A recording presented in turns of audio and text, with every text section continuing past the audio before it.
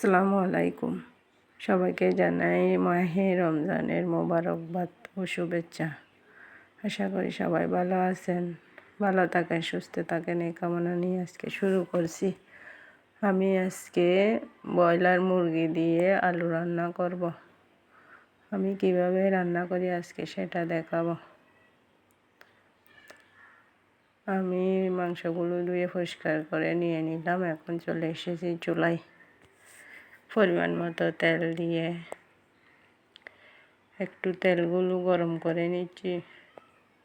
গরম হয়ে আসলে ওখানে দিয়ে দিচ্ছি পেঁয়াজ, রসুন, আদা বাটা। আমি ওগুলো ব্লেন্ডার করে নিয়েছি।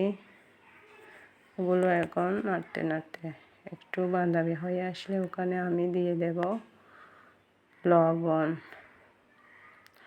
স্বাদ মতো লবণ দিয়ে দিচ্ছি।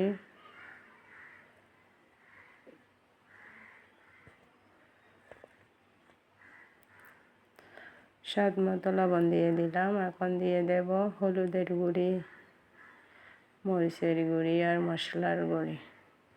আসলে আমার মশলাগুলোতে সব কিছু অ্যাড থাকে, সেই জন্য আমার আর কোনো কিছুর প্রয়োজন হয় না। আমি সবগুলো একসাথে গুঁড়ো করে নিয়েছি।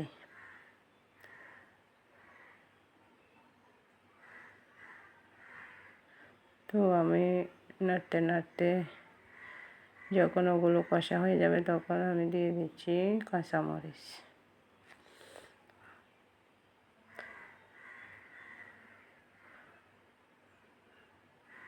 আর এখন দিয়ে দেব মাংসগুলি দিয়ে দিচ্ছি।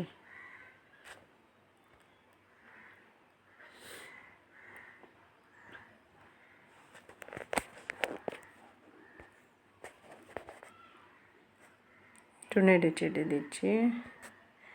মাংসগুলো দিয়ে দেওয়ার পর আর এখন দিয়ে দেব আলু। কেটে রাখা আলুগুলো আমি দিয়ে দিচ্ছি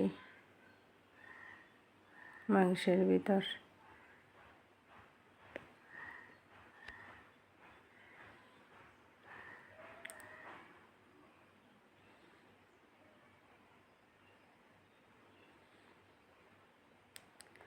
আলুগুলো দিয়ে এখন আমি নেড়ে চেড়ে দেবো। একটু নেড়ে চেড়ে দেওয়ার পর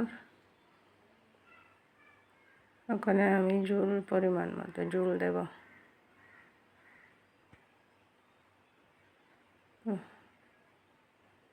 পানি দিচ্ছি ঝোলের জন্য। পরিমাণ মতো ঝোল দিয়ে দিয়েছি। এখন ঢাকনা দিয়ে সিদ্ধ হওয়ার জন্য দিয়ে দেব।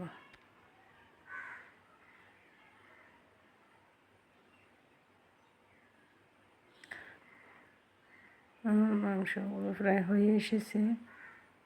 আবার একটু নেড়ে চেড়ে দিচ্ছি।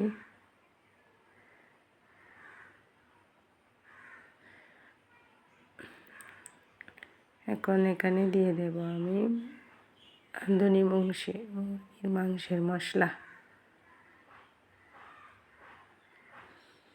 ওখানে আমি উপর দিয়ে একটু ছিটিয়ে দিচ্ছি।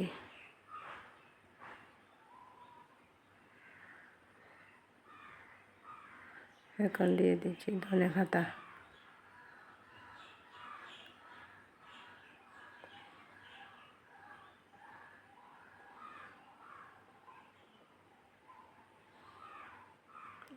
আর একটু নেড়ে দিচ্ছি।